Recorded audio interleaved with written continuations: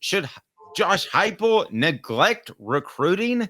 Neglect recruiting. I've never used those two words together. I literally haven't, even accusing somebody that probably has neglected recruiting before. I've never used those words together, because if I did, it would have been for Derek Dooley. Why would anybody neglect recruiting, Caleb? In today's age of college football, okay, with the NIL and the transfer portal, even with the schools able to pay players $20 million, which actually even further bolsters my point, the amount of work coaches put into recruiting now is time away from the amount of work they could put into getting schematic advantages against coaches in the fall. A lot of college football now is more about your team chemistry, and a lot of the talent you get is about the money you have to pay, not the amount of work you try to do to get an advantage over other coaches. So the amount of work you have to do in recruiting, depending on the school, depending on the situation, and depending on the year, may not be as important as it always is.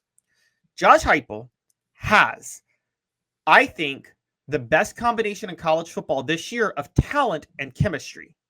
I think there is no team that comes close to matching Tennessee this upcoming year. These guys, a lot of them are sixth-year seniors. They have played together for a long time. They are very familiar with each other. That's where the chemistry comes. He also has... If you furthered that with cash, I'm totally with you. I could say somebody on a Division II team for that level they had good talent. They have good team chemistry. But for what you're saying, especially when you throw in cash, that it's easier to have good team chemistry in the offseason when you're not good. But they're good, and I think they have good team chemistry.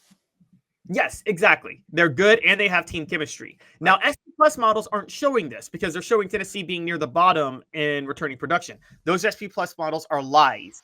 The reason they're so low is because lies. Lies. They're skewed. The reason they're showing that is because Tennessee lost production at quarterback and all of their production at defensive back, and that skewed them so low. Everywhere else, they'd be number one. Guys, losing production there, that's good news for Tennessee because they're only going to upgrade in those positions. Okay? And I bring that up to say, because they're upgrading at the positions where they lost production and they returned their production everywhere else, they're going to have the chemistry, they're going to have the talent. All of their focus for 2024 should be about having a schematic advantage over every coach they face. And Peyton Manning proved this with the level he studied game tape. The more time you spend studying game tape, the more time you are going to find advantages over other coaches. So if you start now and you get that head start, you will have massive advantages when the fall comes. And if you are successful in the fall, the 2025 class will fix itself, even in the early signing period, because you're just going to get a lot of guys in the transfer portal that are going to want to come to you in December. And this is why you should neglect recruiting. And I'm just going to bring up a couple of names real quick, because really the need to recruit for coaches to have this base level of recruiting effort started, Dave, wouldn't you say around 98, 99 when recruiting budgets kind of got evenly dispersed across the SEC? And if you wanted to... I thought it was a little bit later than that, but across the nation or the SEC? The SEC. There was still a pretty vast difference. I can remember the Arkansas of the world being about 50% of the big time Floridas and Georgias and Tennessees of the world. There was a pretty big difference. There's not much of one now, to your point. I mean, you have money that you should be able to, if you want to pay NIL money, it's there. Don't have to beg and ask for it. It's there. Right. And I guess where I was at was, okay, so maybe 2003, 2004, where it became, the recruiting fights just became incredibly brutal. The point I'm making was before that, in the 90s, there was still a period of college football where if you did other things right, you didn't have to be the best recruiter. And two names I'm going to throw out: Tom Osborne, Nebraska's conditioning program. Nebraska was never a top 15 recruiting program, and they had a dynasty of 3 national titles in 4 years. Another one I'm going to throw on the SEC, the most dominant coach in the SEC in the 90s, Steve Spurrier. Steve Spurrier didn't even bother to recruit. He was the laziest recruiter in the SEC. This is why, Caleb, you're absolutely wrong. 110%. And I don't mean for this to sound mean whatsoever, is I'll give you those two. I'm giving you those two. There may have been steroids at one of them. There may have been so much talent in the area that you could bump into a 5-star guy at the Krispy Kreme donut and say, "Oh, what? How's it going? Would you like to play football with the Gators? Oh, maybe. How are you guys doing? You guys are horrible," is what my dad said. But now you're winning all these national titles and you're on TV all the time. I think I'll do that. That's how easy it was to recruit in Florida once they just won a few games in the early 90s with Spurrier, and they did that with that offense. So I'm not going to say that, hey, you don't get Javon Curse if you don't actively work at recruiting, even though you have an advantage offensively. He was the great defensive end, for those that don't know, for our younger audience that went on to, he's not a Hall of Famer, he's right there in the NFL. And I believe 100% that you had to work and recruit him. So somebody worked and recruited. I think Steve Spurrier. I think that's too easy to be said. So I still believe until I'm proven different. Now I think you can clean house easier. I think you can go into this upcoming season. Okay, the JT Lynn Dixon, who is the running back, I guarantee Lynn J. Dixon. Okay, and he showed up on campus and he got kicked out. Got kicked off the team after about 2 weeks. I guarantee you that came down to, all right, here's we got Bob. He's been a walk-on. He's a really good kid, but we do need a running back. This kid gets a short leash and he's out. And then we give it to walk-on Bob. I guarantee you that's how that conversation went. And when the Dixon kid messed up somehow, some way, he was gone. And Bob goes, "I'll take your scholarship." So it's a little bit different than it used to be, because Bob's probably going to understand he wouldn't have gotten it otherwise. But still, I do think you want to have great relationships with high school recruiting powers, whether those are the some of the big time national analysts, the high school coaches, scouts. I still think it's very important. Well, I guess where I'm at with it is I'm not knocking and dismissing the idea of recruiting altogether. When I say neglect recruiting, I mean relative to the focus on 2024. And I think that, look, there were back in the day, and this Mac Brown was known for this at Texas. And I mean, how many coaches were hired because people loved how committed they were as recruiters? Tenacious recruiters. How often did you hear of that, of a head coach that was hired at a program, Dave? He's a tenacious recruiter. Like, that was the life from the kid or from the athletic director. That was always the phrase. Well, it was to hire a head coach. I'm thinking more along the lines that you're saying, hire an assistant coach. No, hiring head coaches, when they were hired so often, or where they were touted first and foremost for their recruiting abilities. And the most common one is obviously Philip Fulmer, who was like, that was his biggest attribute. He was considered an amazing recruiter, and he did do a lot of good things. Mac Brown was another one. I remember somebody telling me one time at Texas that Mac Brown was one of the first coaches to actually focus as much on recruiting while the season was going on as he did while the off season was going on. Well, but Mac Brown was just there, and so was Philip Fulmer. I don't think, if I have to sell a particular guy to my recruiting base, and I think historically this is true, the last thing I want to have to tell everybody is, hey, he's a great recruiter. I mean, that didn't work for Billy Napier. Nobody got excited about him. Everybody asked about Josh Heupel. Can he recruit? And he proved it. I don't think you want to go out there and say, hey, everybody, we need your money boosters because we just got a great recruiter. There were a lot of hires in the 2000s made based on that. It's funny you bring up Derek Dooley. One of the big reasons Derek Dooley was hired was because he was the recruiting coordinator at LSU. So he helped recruit those national championship teams in 2003 and 2007. I think we're talking about two situations that are bad examples because they're just absolutely over a barrel. And that is whoever Florida hires in the near future. I'm going to say the same thing for whoever, probably Ohio State, Arkansas. I just think there are some places that have had coaches shoved down their throats, and I think that is a bad look. Want to remind you that portions of the program are brought to you by Don Self, State Farm. Customer service still matters. For 40 years, they have built their business on taking care of their customers in the greater Chattanooga area. Call 423-396-2126. That's 423-396-2126.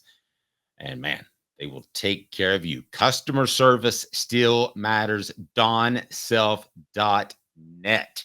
When you're making those claims, you need to know that Don Self will take care of you. So let me ask you this. Would you take a 4-star transfer portal player? I'm going to make it harder on you. A high 3-star transfer portal player that, let's say, has the fanfare of a McAllen Castles, but he ended up being pretty good. Would you take him, or would you take the potential to have, here's a good example, same position, Ethan Davis, who I believe is one of the uber talents, one of the top 10% of the talented players on the roster. I think he's that. And if he can turn that into a great tight end, he's might be wearing a gold jacket one day. No exaggeration. So would you take your risk on that? You may never develop that footwork, ever.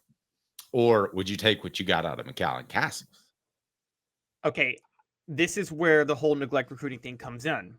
It depends on I the band. know. I helped you with that one. Yeah, well, no, it does. I'm not saying it depends on how good Ethan Davis will be. I would take all things being equal. I would take Ethan Davis over McAllen Castles. Okay, but here's where I'm going with this. I know where you're going. The bandwidth required to get Ethan Davis versus the bandwidth required to get McAllen Castles. McAllen Castles, all I got to do is pick up the phone and say, "You want to come play for me?" Ethan Davis, I got to be at his high school probably every other week talking to his coaches and, trying to make sure I keep that ground. I'm sorry. I'd rather get McAllen Castles and not utilize so much bandwidth on that, on having to recruit Ethan Davis when I can use my bandwidth on other things. And this is where college football is different today than it was even 5 years ago. And someone brought it up. I think Florida jumped the gun firing Dan Mullen. I think in this day and age of college football, with now the transfer portal the way it is, I think Dan Mullen would have been perfectly fine at Florida and recruits would have fallen back into his lap. Well, it's obvious, and no offense to the sports information directors out there, but when you hire a former sports information director to be your athletic department, Tennessee fans, you should absolutely rejoice that. I don't care who it is. Those guys lined up interviews. They did a great job at that. But now they're going to balance a budget for the entire athletic department. That's going to happen? No, it's not. Brought to you by Quality Tire Pros. The Eberle family has been serving Chattanooga's community since 1957. All major brands of tires, full service automotive, brake alignments, oil changes, and more. All work is covered by a nationwide warranty. Man, Cherokee Blvd are online at qualitytirepros.com. qualitytirepros.com. Jump in there and say, "Hey, Bo, Off the Hook Sports sent me. Hey, Bo, Off the Hook Sports sent me." So you would rather have the highest 3-star and that's a transfer coming out of a UC Irvine, than the ceiling low 5-star guy who you look at and think, no. Okay.